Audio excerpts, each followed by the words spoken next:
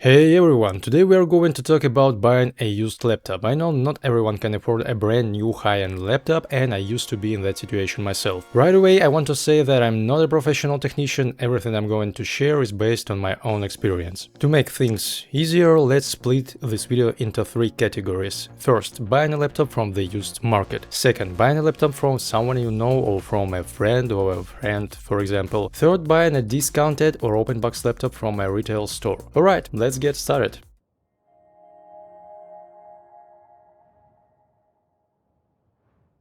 Category number 1. Buying from the used market. Buying a laptop from a complete stranger is probably the riskiest option because at the end of the day you're basically buying a mystery box. Whether you're meeting the seller in person or picking it up at a shipping office, you'll usually have very little time to inspect the device. There is always a chance you'll get an amazing deal, but realistically there is a much bigger chance you'll end up buying a piece of junk. The very first thing you can do is simply inspect the laptop for any visible damage. Look for dents, cracks, chips, signs that it has been dropped, or evidence of liquid damage like spilled coffee, tea, or anything else you can notice just by looking at it. Second, turn the laptop on, then quickly open Device Manager and make sure there aren't any missing drivers, yellow warning icons, or disabled devices. If it's a gaming laptop, pay special attention to whether the dedicated graphics card is actually detected by Windows. Third, check the display. Set the brightness to maximum, open a completely white screen and then a completely black screen, or use a display testing website and look for dead pixels, excessive backlight bleed, vertical lines, flickering, or other display issues. If you can connect to Wi-Fi, it's also worth running the UA4 test to check for ghosting. Fourth, plug in the charger and make sure the laptop actually starts charging. While it's plugged in, gently move the charging connector around. If charging cuts in and out, the charging port may be damaged. You can also open Command Prompt and run the following command: powercfg/battery report. This will generate a detailed battery report so you can see the battery's current condition and how much it has degraded over time. A little later in the second category I'll show you exactly what that report looks like. Point number 5. Test the keyboard and touchpad. Quickly press every key, especially WASD, space, enter and shift, since these are usually the first keys to wear out. Point number 6. Make sure the laptop actually has the hardware that was listed in the advertisement. Open Task Manager, then Performance, and in just a few seconds you can verify the processor model, install the RAM, SSD and graphics card. This helps you confirm that you're getting exactly what was advertised. Point number 7. Listen carefully while the laptop is running. Clicking noises, high-pitched whining or unusual loud cooling fans immediately after startup could indicate hardware problems. Point number 8. Inspect the display hinges, open and close the lid several times. It shouldn't wobble, creak or feel loose. And the last point, number 9. Test the main ports. At the very least, plug a USB flash drive into the USB port and make sure Windows recognizes it. The most important thing to understand is that this kind of quick inspection only helps you find the most obvious problems. It won't tell you whether the laptop overheats, whether the SSD is healthy, how worn out the battery really is, whether the system is stable under heavy load, or if there are hidden hardware issues. That's why buying from a complete stranger will always involve some risk. Personally,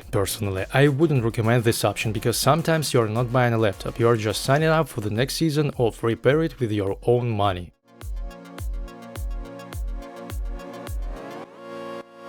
Category number 2. Buying from someone you know. This category usually gives you enough time to inspect the laptop properly, and honestly, it's one of the best ways to buy a used laptop. Sometimes the seller might even let you borrow the laptop for a few hours or a couple of days before making your decision. If that's the case, check everything I mentioned earlier, but most importantly, pay close attention to temperatures under load, the condition of the graphics card and the health of the SSD. Before buying, make sure to run AIDA64 and full mark stress tests. Run AIDA64 for about 10 to 15 minutes, so that's usually enough to reveal cooling problems, overheating and thermal throttling. During the stress test, the processor should remain stable. There shouldn't be any thermal throttling, critical overheating, freezes, blue screens, errors and unexpected shutdowns. When it comes to temperatures, it really depends on the type of laptop. For gaming laptops, temperatures around 90-95 under full load are often considered normal. For regular office laptops, it's generally better to stay somewhere below 80 degrees, although this always always depends on the specific model and its coolant system. Next, run FurMark for about 10 to 15 minutes. While it's running, pay attention to the following. The GPU temperatures shouldn't quickly climb into dangerous territory. In most cases, staying below 85-90 degrees is acceptable, although this depends on the graphics card. There should be no visual artifacts such as colored dots, lines, flickering or corrupted graphics. So the laptop shouldn't crash, freeze, restart or shut down. The GPU clock speed shouldn't suddenly drop because of overheating. In other words, there shouldn't be any thermal throttling. If you are testing the laptop while it's connected to an external 2K monitor, don't forget to set the FurMark resolution to Full HD. Also, check the screen again for dead pixels, test the keyboard and evaluate the battery condition using the power cfg/battery report command that I mentioned earlier. You'll get a detailed report like this which lets you estimate whether the battery is still in good shape or if it's getting close to needing a replacement. In my case, the battery has lost 26% of its original capacity, which is actually pretty normal after several years of regular use. It still has plenty of life left. Additional things worth checking. Take a look at the screws on the bottom cover. If the screws heads are striped or scratched, it usually means the laptop has already been opened. That's not necessarily a bad thing. It may have simply been cleaned or had the thermal paste replaced. On the other hand, if the laptop has never been opened and it's already several years old, that's not exactly a good sign either. In the end, the temperatures under load will tell you much more than the screws ever will. And again, make sure that all the ports work properly. Check the USB ports, HDMI, USB Type-C and the charging connector. None of them should feel loose or unreliable. Next, use Crystal Disk Info to check the health of the storage drive. The drive's health status should say good. As for SSD temperatures, 60-70 degrees, higher than normal but still acceptable under sustained workload. 70 degrees and above, worth paying attention to, especially if the drive stays that hot all the time. 80 degrees and above, not recommended. Some SSD will begin to throttle and reduce their performance to protect themselves. Finally, test the following: speakers, microphone, headphone jack.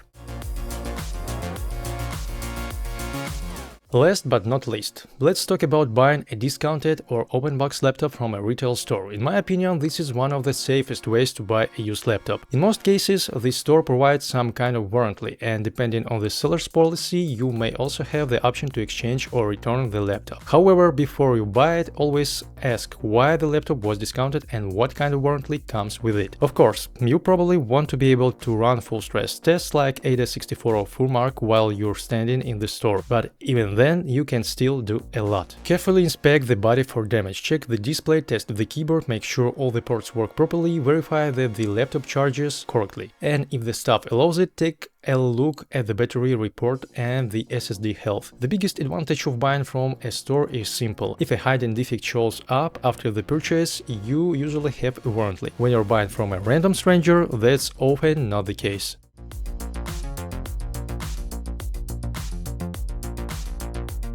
To wrap everything up, there really is no such thing as a perfect used laptop. Every laptop has some level of wear and tear, and that's completely normal. The important part is figuring out whether the condition of the laptop actually matches the price you're paying for it. If I had to rank these three buying options, my personal order would be: first place, a discounted or open box laptop from a retail store. Second place, buying from someone you know or from a trusted friend. Third place, buying from a complete stranger on the used market. I can't recommend this. Don't rush into a purchase. It's much better to spend an extra 30 minutes shaking the laptop than to spend weeks or even months paying for repairs later. I really hope this video helps you avoid unpleasant surprises and choose a laptop that's actually worth your money. If you found this video helpful, don't forget to leave a like, subscribe to the channel and let me know in the comments what methods you use when checking a used laptop before buying one. Maybe your advice will help someone else avoid making an expensive mistake. Thanks for watching and I'll see you